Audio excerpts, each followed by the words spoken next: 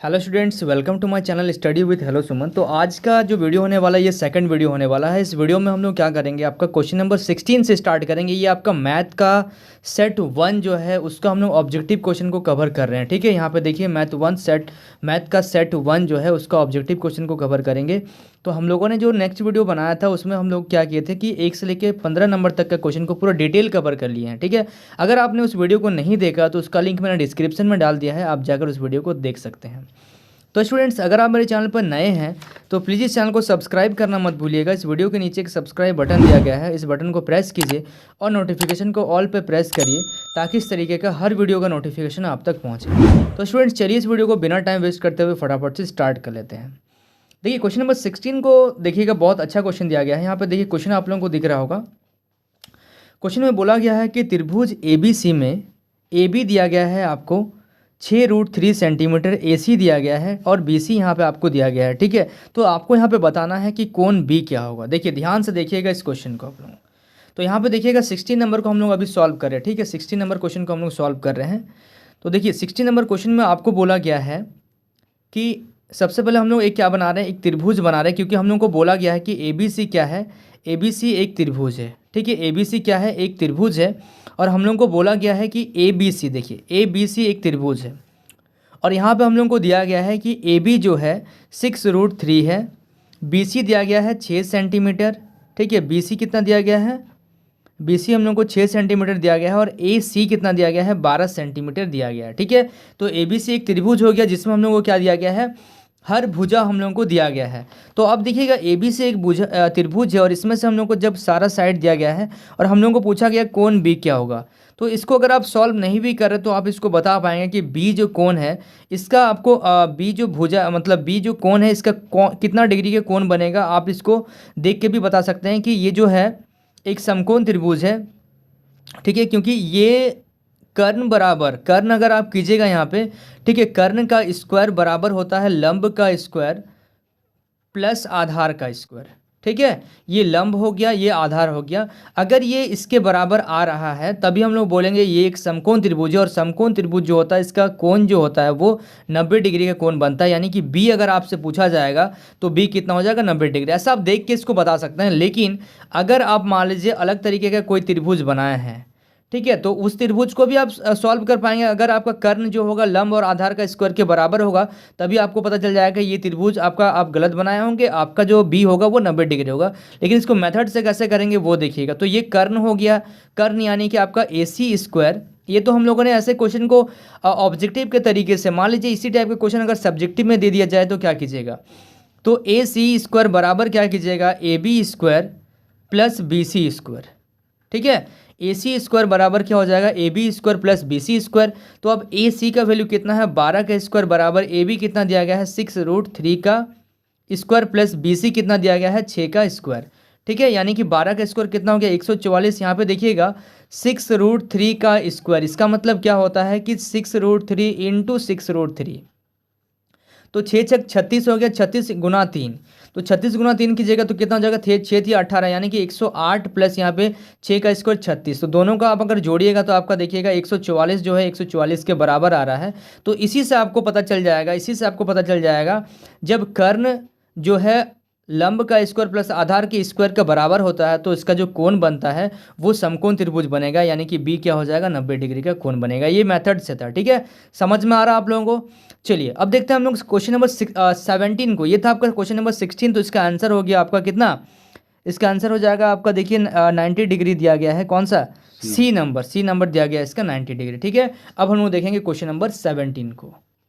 देखिए 17 number question को ध्यान से देखिएगा। 17 नंबर क्वेश्चन में क्या बोला जा रहा है कि बिंदुओं 2,3 तथा 4,1 के बीच की दूरी ज्ञात कीजिए। ठीक है, तो यानी कि आपको यहाँ पे क्या निकालना, डिस्टेंस फार्मूला आपको यहाँ पे लिखना पड़ेगा, दूरी सूत्र आपको लगाना पड़ेगा कि जब क्या है A और B दिया गया है, मान लीजिए A दिया गया है 2,3 और यहाँ पे B दिया गया है आपका 4,1। ठीक है, 4,1 दिया गया, तो इसके बीच की दूरी कैसे निकालते हैं, तो AB बराबर हम लोग क्या लिखते हैं, root under x2 minus x1 का होल स्क्वायर प्लस यहाँ पे लिखेंगे y2 माइनस y1 का होल स्क्वायर। तो सबसे पहले ये देखिएगा x1 आपका ये क्या क्या हो गया, x1 हो गया आपका 2, ठीक है। यहाँ से अगर देखिएगा x2 क्या हो गया, मतलब ये पहला जो है ये x है, ये y है, और ये आपका x2 है, ये y2 है, यानी कि x2 हो गया आपका 4, y1 क्या हो जाएगा 3 और y2 क्या हो जाएगा आपका 1। ठीक है। तो यहाँ पे आप क्या कीजिएगा, root under x2 minus x1 यानी कि x2 माइनस x1 यानी कि 4 माइनस 2 का होल स्क्वायर प्लस y2 क्या हो जाएगा y2 1 माइनस 3 का होल स्क्वायर। तो यहाँ से आप इसको सॉल्व कर लीजिएगा। 4 माइनस 2 का, 4 में से 2 घटाएंगे तो कितना हो जाएगा 2 का स्क्वायर, प्लस 1 में से 3 अगर घटाएंगे तो माइनस 2 का स्क्वायर, यानी कि यहाँ से आ जाएगा 4 प्लस 4, यानी कि यहाँ से आ जाएगा रूट 8। रूट 8 का जब आप एलसीएम लीजिएगा तो 2 चौके 8, 2 दूनी 4, यानी कि 2 ठो जोड़ा जो बनेगा वो बाहर आ जाएगा और बाकी एक ठो जो 2 बचेगा वो अंदर रह जाएगा, यानी कि 2√2 इसका आपका आंसर आ जाएगा क्वेश्चन नंबर 17 का। ठीक है, समझ में आ रहा आप लोगों को। चलिए इसके बाद देखिएगा क्वेश्चन नंबर 18 को। ठीक है, क्वेश्चन नंबर 18 में क्या बोला जा रहा है देखिएगा, बिंदु 2,5 और 4,7 को मिलाने वाले रेखाखंड का माध्य बिंदु क्या होगा।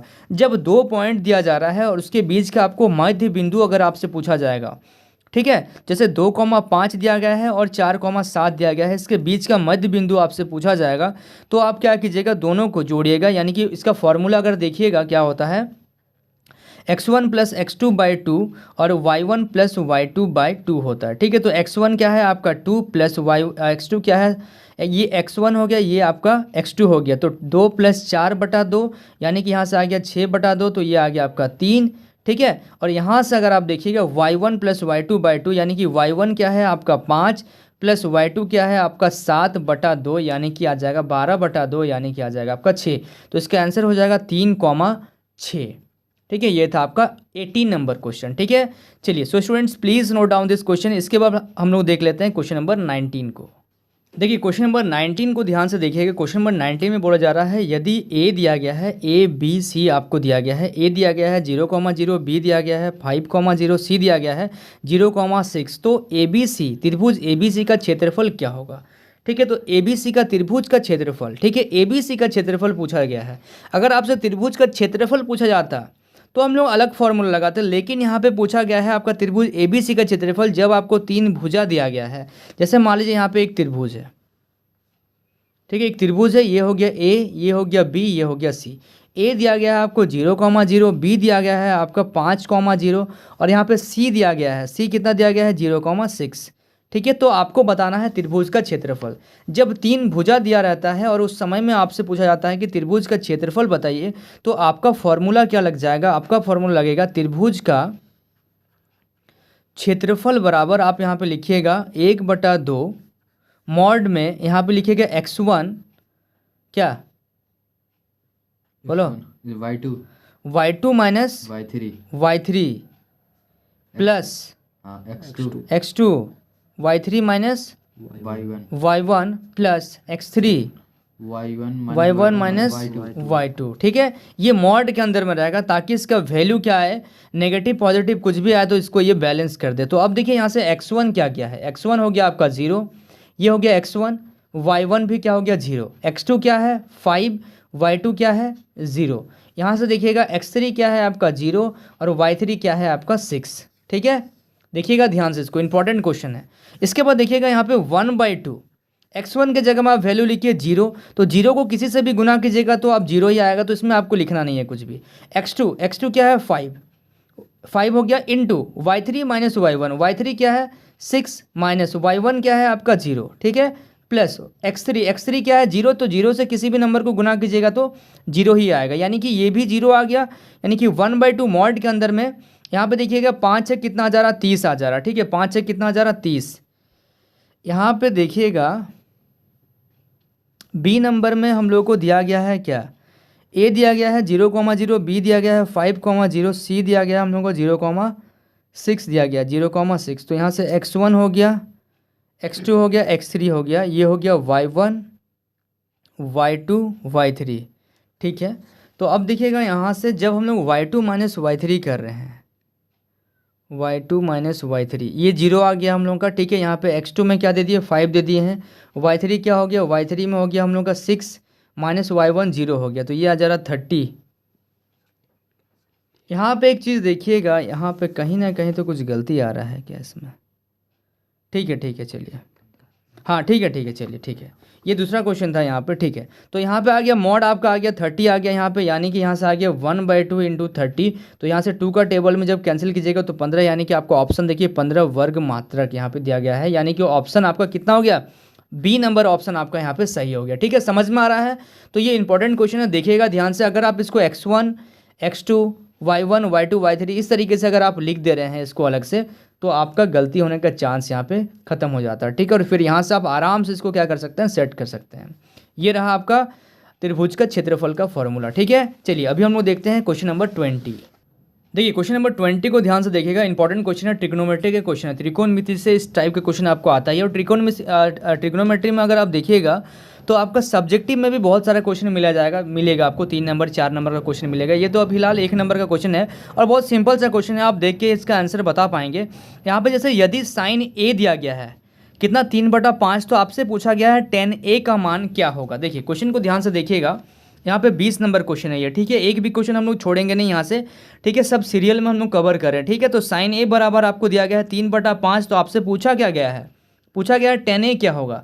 इसमें आपसे कुछ भी पूछा जा सकता है, तो साइन थीटा, ठीक है, ए की जगह में आपका कुछ भी हो सकता है, साइन थीटा। बोलिए साइन थीटा बराबर क्या होता है, साइन थीटा बराबर होता है p/h।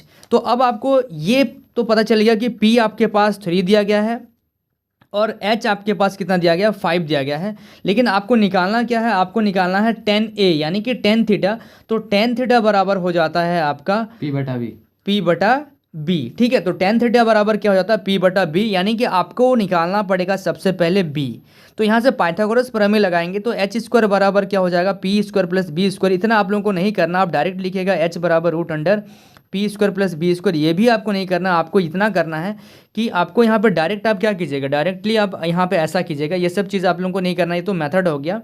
आप यहाँ पे क्या कीजिएगा, h² बराबर होता है p² + b², यानी कि h के जगह में आप रख दीजिए 5 का स्क्वायर यानी कि 25 + p कितना दिया गया है, सॉरी इक्वल टू p दिया गया आपका 3 का स्क्वायर यानी कि 9 + b²। तो 9 को इधर भेज दीजिए, यानी कि 25 - 9 कीजिएगा तो 16 बराबर b², यानी कि b बराबर आ जाएगा आपका √16, यानी कि b का वैल्यू कितना आ जाएगा, 4 आ जाएगा। ठीक है, तो b आ गया यहाँ से। तो आपका यहाँ से क्या बताना है, p का वैल्यू कितना है, p का वैल्यू है आपका 3 और b का वैल्यू कितना है आपका यहाँ पे 4, यानी कि 3/4 जो हो गया आपका इसका आंसर हो गया, यानी कि ऑप्शन सी जो हो गया इसका राइट आंसर हो गया। इसमें से कुछ भी पूछा जा सकता है, मान लीजिए आपसे यहाँ से कॉट पूछा जाता है, कॉट ए बताइए, या फिर आपको यहाँ से पूछा जाता है कॉसेक ए बताइए, तो इस टाइप का क्वेश्चन दे देगा आपको और आपसे कुछ भी पूछा जा सकता है। ठीक है, समझ में आ रहा है आप लोगों को। चलिए अब देखिए इसी से रिलेटेड एक क्वेश्चन यहाँ पे दिया गया है 21 नंबर को। अगर आप देखिएगा 21 में इसी से रिलेटेड एक क्वेश्चन दिया गया, देखिए ध्यान से देखिएगा 21 को। 21 में दिया गया है 2 sin² a बराबर अगर 1 है तो आपको एंगल a बराबर क्या होगा ये बताना है। ठीक है, ध्यान से देखिएगा 2 sin² a। तो सबसे पहले इसमें क्या करेंगे हम लोग क्या करेंगे, 2 sin² a बराबर 1, तो इसको अगर करेंगे sin² a बराबर, यानी कि sin² थीटा बराबर 2 को इधर लेके आ जाइए, तो ये मल्टीप्लाई में है तो नीचे आ जाएगा 1/2। ठीक है, 1/2 आ जाएगा। अब sin² a है ना, sin² a है, तो अब हम लोग क्या करेंगे यहाँ पे, sin² a = 1/2 हो जाएगा। तो यहाँ से हम लोग क्या कर सकते हैं इसको, अगर हम लोग यहाँ पे, क्योंकि हम लोग को a बताना है, तो sin² को आप इधर लेके आ जाइएगा। ठीक है, या फिर इसमें हम लोग क्या कर सकते हैं, sin² थीटा दिया गया है, sin² थीटा यानी कि 2 sin² थीटा = 1 दिया गया है। ठीक है, तो यहाँ से हम लोग इसको ऐसा कर लेंगे। तो इस क्वेश्चन में देखिएगा, अगर हम लोग को मान लीजिए यहाँ पे इस तरीके का रहता है कि x² = 4, जब स्क्वायर को हम लोग इधर लेके आ जाते हैं तो x बराबर √अंडर हो जाता है 4। ठीक है, तो यानी कि ये जो स्क्वायर है, स्क्वायर को जब हम इधर लेके आ जाएंगे तो यानी कि sin a बराबर क्या हो जाएगा, sin a बराबर हो जाएगा आपका, या फिर आप ऐसा भी कर सकते हैं, हाँ sin a बराबर हो जाएगा 1/2 √अंडर। ये पूरा का रूट हो जाएगा, लेकिन इसको 1 का रूट तो 1 ही होगा और यहाँ पर 2 का रूट कितना हो जाएगा, √2, इस तरीके से हो जाएगा। ठीक है, यानी कि a के जगह में आप क्या रखें, बोलने का मतलब है sin थीटा, इसके जगह में क्या रखें कि इसका वैल्यू 1/√2 आ जाएगा। तो sin a के जगह में अगर आप 45 डिग्री रख रहे हैं तो sin 45 कितना हो जाएगा, 1/√2 हो जाएगा, यानी कि इसका जो ऑप्शन आ जाएगा आपका बी नंबर जो ऑप्शन होगा वो आपका सही आंसर देगा। ठीक है, यानी कि sin a के जगह में आप क्या वैल्यू रख रहे हैं कि आपका 1/√2 आ रहा है। अगर आप sin a के जगह में मान लीजिए 30 डिग्री रख रहे हैं तो आपका 1/2 आ रहा है। जब आप sin 60 डिग्री रख रहे हैं तो √3/2 आ रहा है। लेकिन जब आप यहाँ पे 45 डिग्री रखिएगा sin 45, ठीक है, तो ये आ जाएगा आपका 1/√2। ठीक है, समझ में आ रहा है आप लोगों को? चलिए, so students please note down this question. इसके बाद ये था आपका 21। अब हम लोग देखेंगे 22 नंबर क्वेश्चन को।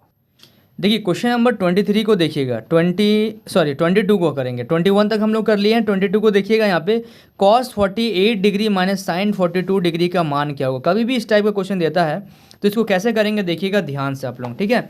तो ये है आपका 22 क्वेश्चन दिया गया है, cos 48 degree minus sin 42 degree का मान क्या होगा। ऑप्शन आपको यहाँ पे दिया गया है, जैसे cos दिया गया है 6 डिग्री, यहाँ पे 0 दिया गया है, यहाँ पे 1 sin 6 डिग्री दिया गया है। इस टाइप का आपको ऑप्शन मिलेगा। तो ये जो है इस टाइप का क्वेश्चन कभी भी आता है आपसे, मान लीजिए प्लस का हो माइनस का हो, तो बहुत सिंपल बनता है। थोड़ा सा अगर आप यहाँ पे फॉर्मूला को थोड़ा सा अगर आप बेस बना रहे हैं तो आपको क्लियर समझ में आएगा, ठीक है। तो यानी कि अगर देखिएगा sin 90 माइनस थीटा क्या होता है, cos थीटा, और cos 90 माइनस थीटा क्या होता है, साइन थीटा। यानी कि जब भी एंगल आपका 90 से माइनस हो, अगर हम लोग यहाँ पे देखना चाहें, ये आपका 90 डिग्री हो गया, 90 से कभी भी माइनस हो, यानी कि ये फर्स्ट क्वाड्रेंट में जब भी आएगा तो ये हमेशा क्या होगा, पॉजिटिव ही रहेगा। इतना आप लोगों को नहीं समझना, बस थोड़ा सा आप लोग अगर फॉर्मूला को यहाँ पे बेस बना रहे हैं तो अब एक चीज़ और देखिएगा यहाँ पे, ये 48 और ये 42 का जब आप दोनों को जोड़ेंगे तो इसका सम क्या आना चाहिए, 90 आना चाहिए, तभी ये आपका एप्लीकेबल होगा। अब यहाँ पे किसी को भी आप चेंज कर सकते हैं, या तो इसको चेंज कर दीजिए या तो इसको चेंज कर दीजिए।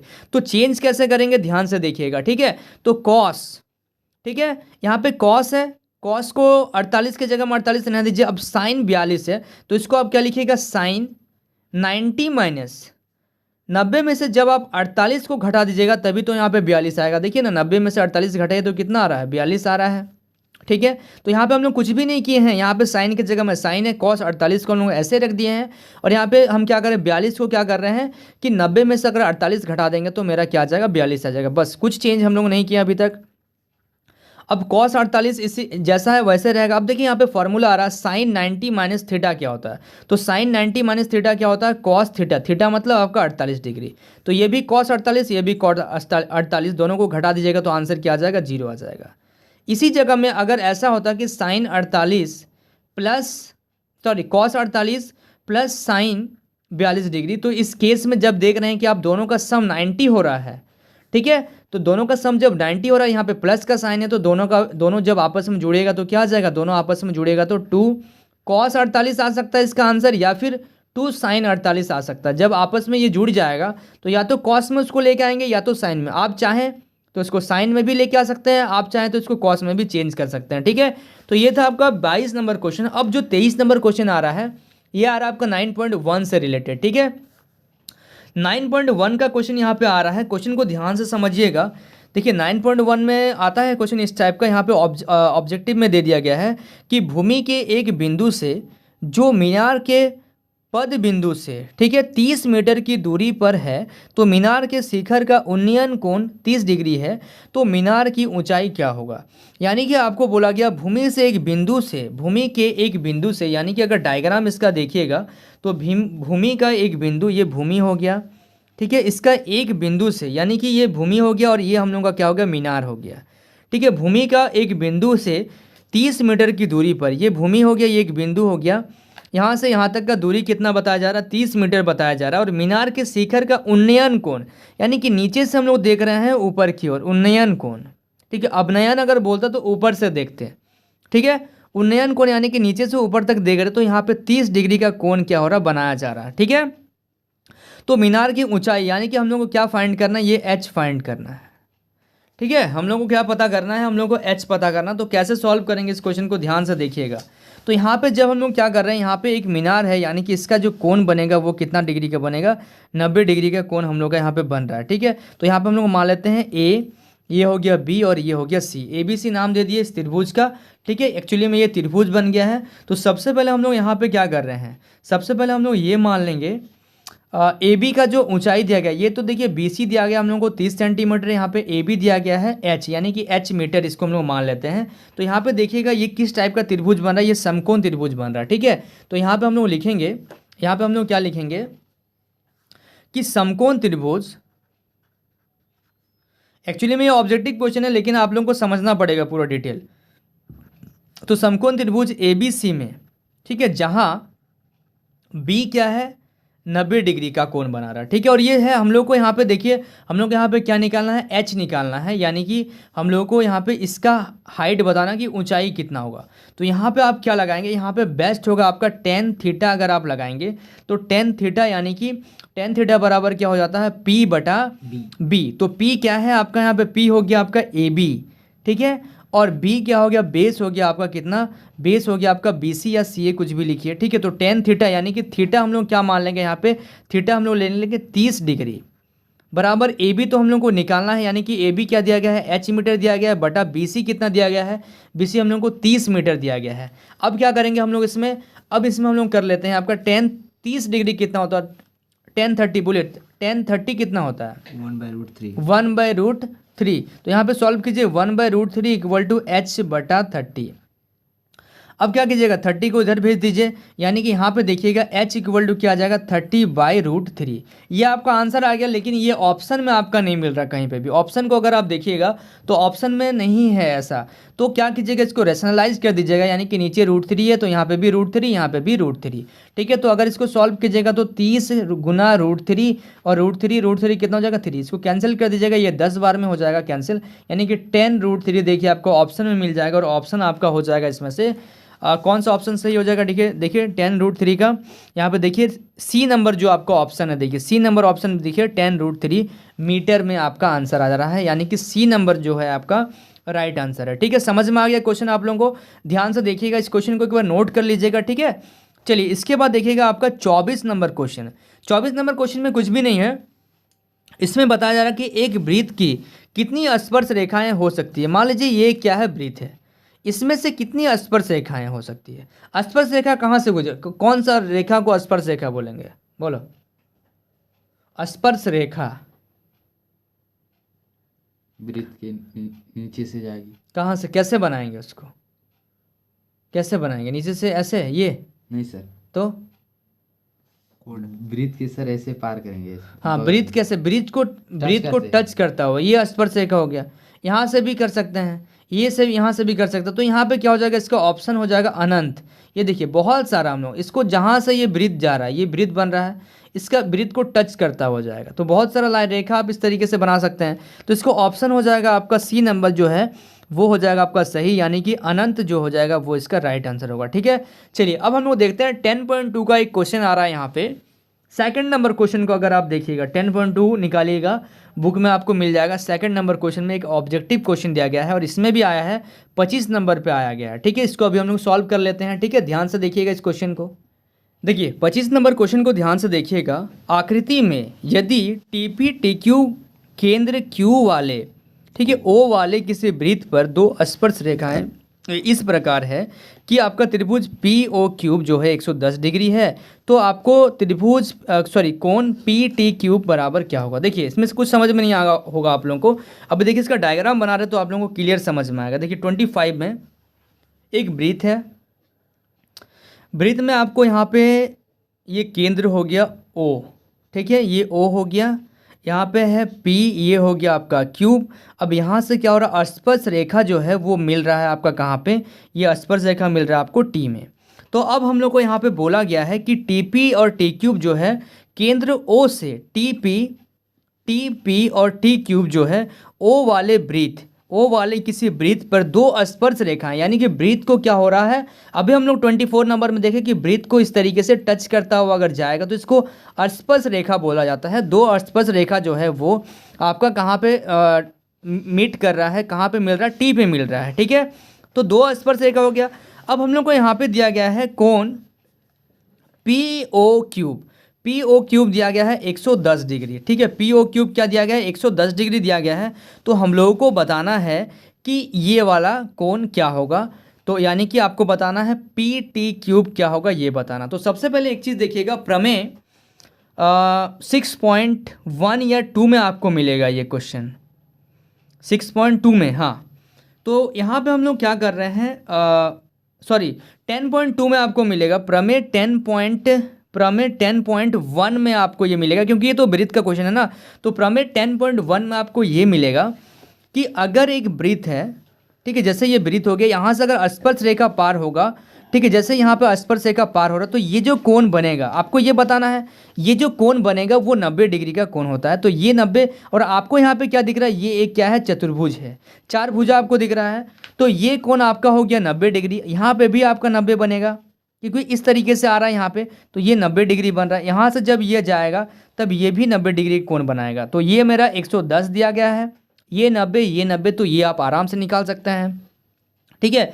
तो अगर ये 90 हो गया, ये 110 हो गया और ये 90 हो गया, ठीक है, तो चतुर्भुज में 360 से जब दोनों को जोड़कर आप क्या कीजिएगा, इसको माइनस कर दीजिएगा, तो ये आपका आ जाएगा कितना डिग्री, ये आ जाएगा आपका 70 डिग्री। तो यहाँ पे 90 प्लस 110 प्लस यहाँ पे 90 प्लस x बराबर, यानी कि यहाँ से कितना हो गया आपका 180 और यहाँ पे कितना जा रहा है 180 और यहाँ पे आ जा रहा है 110, तो यहाँ से आ जा रहा है 290 और फिर 70, कितना जा रहा है 360, यानी कि चारों कोणों का योग कितना होता है 360 होता है।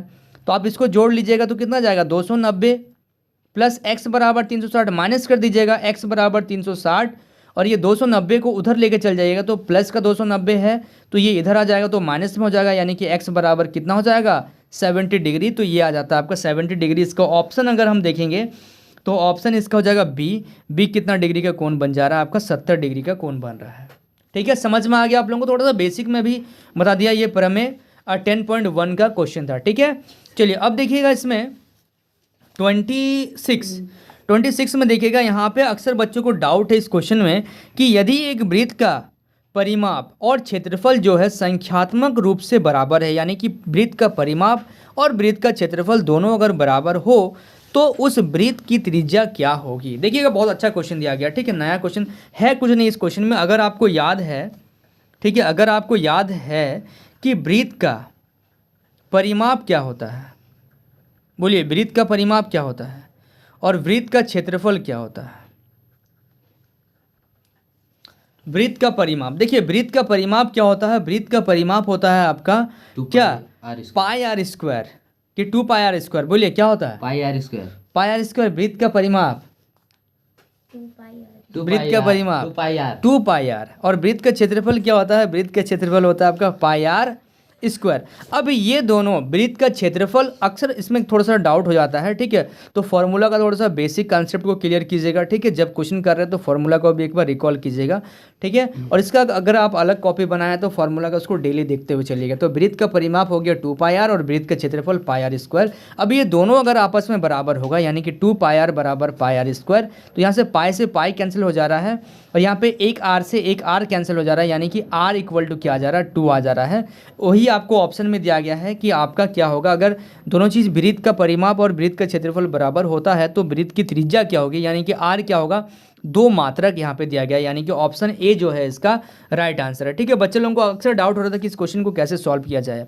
अब देखिएगा 27 भी एक लॉजिक क्वेश्चन है। यहाँ पे बोला जा रहा है कि एक घोड़ा जो है 7 मीटर रस्सी में, ठीक है, रस्सी से मैदान में क्या है, मैदान में बंधा हुआ है, ठीक है, तो 7 मीटर लंबा रस्सी से वो मैदान में क्या है बंधा हुआ है, उस भाग का क्षेत्रफल क्या होगा, ठीक है, दिख रहा है आप लोगों को, उस भाग का क्षेत्रफल क्या होगा जहाँ घोड़ा घास चर रही है। यानी कि यहाँ पे मान लीजिए 7 सेंटीमीटर एक क्या है वृत्त है, ये मैदान है, अब यहाँ पे घोड़ा को क्या किए हैं, बांधे हैं, 7 सेंटीमीटर रस्सी से हमने उसको बांध दिए हैं, और वो क्या हो रहा है कि साइड में वो चर रही है,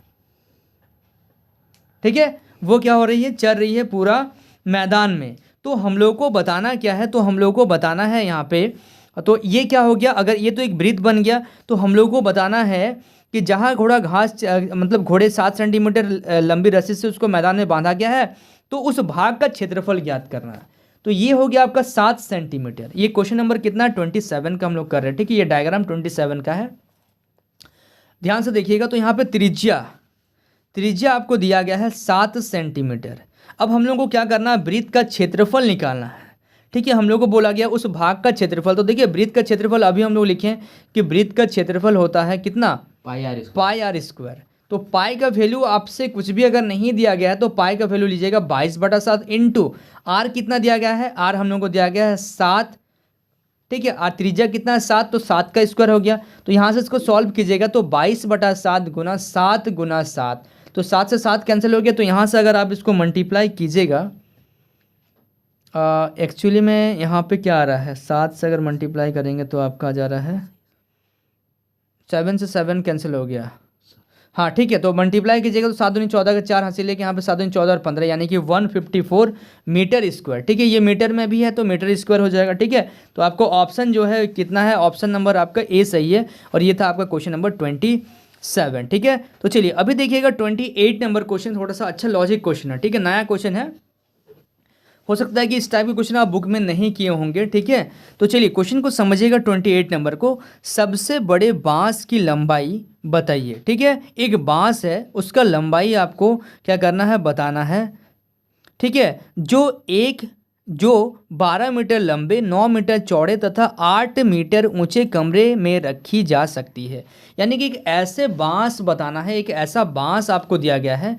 ठीक है, तो बांस आपको मान लीजिए दिया गया है और एक कमरे में आपको उसको इस प्रकार से रखना है ताकि वो क्या आ जाए, आज पूरा मतलब सेट हो जाए। ठीक है, तो आपको यहाँ पे क्या निकालना है, सबसे बड़े बांस की लंबाई आपको बताना है। ठीक है, जो दिया गया है, लंबाई दिया गया है, चौड़ाई दिया गया है और ऊंचाई कमरे में रखी है। मतलब ये एक कमरा दिया गया जिसका लंबाई इतना है, चौड़ाई इतना है और इसका ऊंचाई कितना है, 8 मीटर ऊंचाई है। तो आपको बांस की लंबाई बताना है। ठीक है, समझ में आ रहा क्वेश्चन। चलिए इसको हम लोग अभी सॉल्व कर लेते हैं। देखिएगा ध्यान से 28 नंबर को। ठीक है, ये तो समझ में आ गया कि एक बांस का लंबाई बताना है जो 12 मीटर लंबे, 9 मीटर चौड़े और 8 मीटर ऊंचे वाले कमरे में रखी जा सकती है। चलिए इसको सॉल्व कर लेते हैं। तो यानी कि एक कमरा है, जब एक कमरा होगा, मान लीजिए ये एक कमरा है, तो कमरा कैसा दिखेगा आपको, घनाभ दिखेगा। ठीक है, लंबाई चौड़ाई उसका ऊंचाई सब होगा। तो यानी कि घनाभ जिसकी लंबाई चौड़ाई तथा ऊंचाई, लंबाई चौड़ाई ऊंचाई को हम लोग क्या मान रहे हैं, एल, बी और एच है। ठीक है, इस तरीके से दिया गया है। अब देखिएगा आपको, आप अगर इसमें इस कमरे में बांस को अगर रखेंगे तो बांस को किस प्रकार से रखेंगे, खड़ा तो करेंगे नहीं, बांस को आप क्या करेंगे, विकर्ण की मदद से अगर रखेंगे, विकर्ण में जैसे ये मान लीजिए आपके पास एक पेपर, मान लीजिए एक डब्बा है, तो अगर बांस को सबसे लंबाई आपको लंबा वाला बांस को अगर रखना तो इस तरीके से तो आप रखेंगे तो ये ज़्यादा बड़ा नहीं रख पाएंगे। लेकिन अगर इस तरीके से बांस को अगर आप अरेंज कर रहे हैं घर में तो आप बहुत लंबा वाला बांस एक रख पा रहे हैं इसके कंपैरिजन में। ठीक है, तो यानी कि बांस को जब आप रखेंगे घर में तो आप इस तरीके से रखेंगे, यानी कि विकर्ण के तरीके से रखेंगे। तो यानी कि यहाँ पे देखिएगा विकर्ण की लंबाई क्या होता है, घनाभ का अगर विकर्ण पूछा जाएगा फॉर्मूला कि घनाभ में बताइए विकर्ण की लंबाई क्या होता है, तो फॉर्मूला होता है इसका √L² plus B² plus H²। ठीक है, तो हम लोग L क्या माना है, L बराबर 12 सेंटीमीटर, B बराबर क्या है हम लोग के पास 9 और हम लोग के पास H क्या है 8। ठीक है, 8 सेंटीमीटर लंबाई, चौड़ाई और ऊंचाई इस तरीके से दिया गया है। ठीक है, तो यहाँ पे L² यानी कि 12 का स्क्वायर प्लस B² यानी कि 9 का स्क्वायर प्लस 8² यानी कि 64 हो जाएगा। तो 12 का स्क्वायर यानी कि हो जाएगा आपका 144 प्लस 9 का स्क्वायर कितना हो जाएगा 81 प्लस 8 का स्क्वायर हो जाएगा 64। अगर आप इन सब को जोड़िएगा तो आ जाएगा आपके पास 289, यानी कि 289 का जब आप एलसीएम लीजिएगा तो ये आ जाएगा आपका 17 का स्क्वायर। ठीक है, 17 का स्क्वायर और ये स्क्वायर रूट को कैंसिल कर देगा यानी कि आपका आ जाएगा 17। ठीक है, तो बांस का जो लंबाई होगा वो कितना हो जाएगा 17। ठीक है, तो यहाँ पे 17 मीटर जो हो जाएगा बांस का लंबाई हो जाएगा। ये था आपका 28 नंबर। अब देखिए 2 क्वेश्चन और है जिससे आपका ये जो सेट 1 का ऑब्जेक्टिव क्वेश्चन जो है पूरा कंप्लीट हो जाएगा। ठीक है, आई होप आप लोगों को समझ में आ रहा होगा इसमें काफ़ी सारा चीज़। ठीक है, चलिए अब देखिएगा 29 को देखिएगा। 29 में बताना है कि उच्च वर्ग सीमा एवं संचयी बारंबारता के बीच में खींचे गए आलेख को डैश कहते हैं। ये जब आप देखे होंगे मेरा वीडियो जिसमें हम लोग क्या करते हैं, संचयी बारंबारता को हम लोग बारंबारता जो चैप्टर पढ़ रहे थे जिसमें माध्य, माध्यिका और बहुलक हम लोग निकाल रहे थे, तो उसमें हम लोगों ने पहले ही पढ़ा था कि जो जब उच्च वर्ग सीमा एवं संचयी बारंबारता के बीच में, ठीक है, तो क्या होता है सीधे हाँ बीच में खींचे गए आलेख को डैश कहते हैं। तो उसको क्या कहते हैं हम लोग, उसको कहते हैं त्वरण। तो त्वरण मतलब क्या होता है, जब आप किसी डायग्राम को खींचते हैं तो उसमें जब अप डाउन जो होता है वही होता है त्वरण। यानी कि ये हो जाएगा B नंबर B, तो यहाँ से हो जाएगा ये अधिक प्रकार का त्वरण। ठीक है, ये है 29 नंबर, याद रखिएगा इसको। अब यहाँ पे है 30 नंबर, निम्न में से कौन सी संख्या जो है घटना की प्रायिकता नहीं हो सकती है। तो किसी घटना की प्रायिकता नहीं हो सकती, वो आपका यहाँ पे डेसिमल में, एक्चुअली में देखिए नेगेटिव होता है जो घटना का प्रायिकता नहीं होता है, लेकिन इसमें क्या दिया गया है, पॉइंट में दिया गया है। ठीक है, यहाँ पे देखिए 2/5 दिया गया है, यहाँ पे 1.5 दिया गया है, यहाँ पे 15% दिया गया है, यहाँ पे 0.72। तो यहाँ पे आपका B नंबर ऑप्शन होगा 1.5 जो होगा ये किसी मतलब प्रायिकता की घटना नहीं हो सकती है। ठीक है, चलिए यहाँ तक समझ में आ गया। ये था आपका क्वेश्चन नंबर 30। पूरा 2 वीडियो में टोटल हम लोगों ने 2 वीडियो में कवर कर लिया टोटल 30 क्वेश्चन को, ठीक है। आई होप आप लोगों को यहाँ तक सारा चीज़ समझ में आ गया होगा। तो स्टूडेंट्स, अगर आप मेरे चैनल पर नए हैं तो प्लीज़ इस चैनल को सब्सक्राइब करना मत भूलिएगा। इस वीडियो के नीचे एक सब्सक्राइब बटन दिया गया है, उस बटन को प्रेस कीजिए और नोटिफिकेशन को ऑल पर प्रेस करिए ताकि इस तरीके का हर वीडियो का नोटिफिकेशन आप तक पहुँचे। तो स्टूडेंट्स चलिए तो मिलते हैं नेक्स्ट वीडियो में, तब तक के लिए बाय।